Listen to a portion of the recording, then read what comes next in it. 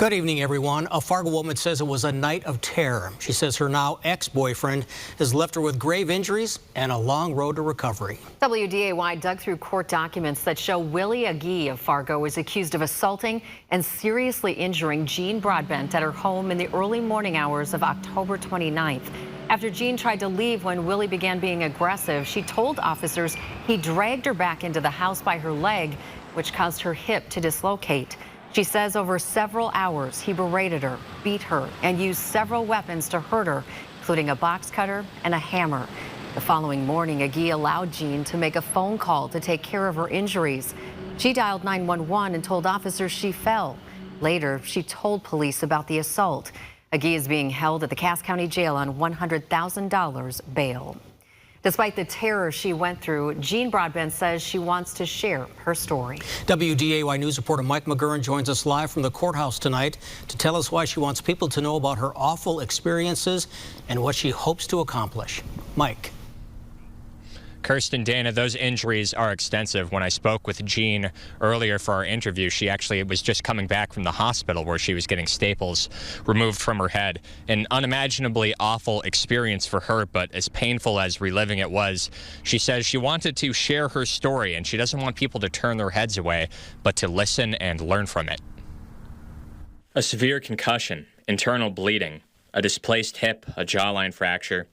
Over the course of 9 hours, Jeanne Broadbent says she was on the receiving end of senseless violence inflicted on her by a man she once trusted.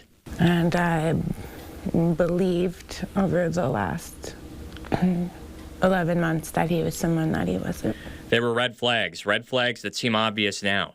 But she says she was deceived from the beginning, saying that Willie Agee lied about everything to her, even his own name. The pain is excruciating, though she says she's on the mend. But in the midst of all the darkness, a few moments of light emerge. Friends coming out of the woodwork with well messages. Food from some of her co-workers.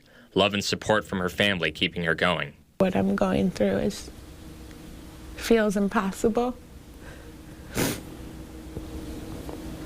But that I'll get through it and that I have their support. I'm alive. I'm safe. I'm brave. And I'm not going to stop taking my power back. Jeanne says she considers herself an advocate, a friend to veterans, LGBTQ+ people, a supporter of the Boys and Girls Ranch, and now an advocate for survivors of domestic abuse. People are abused every day and in multiple forms. None of it is okay, regardless of the type of abuser, the type of abuse. And she has a message for those who suffer in silence. Let someone know when you need help. I guess if someone's watching this tonight and they're silently struggling at home, at work,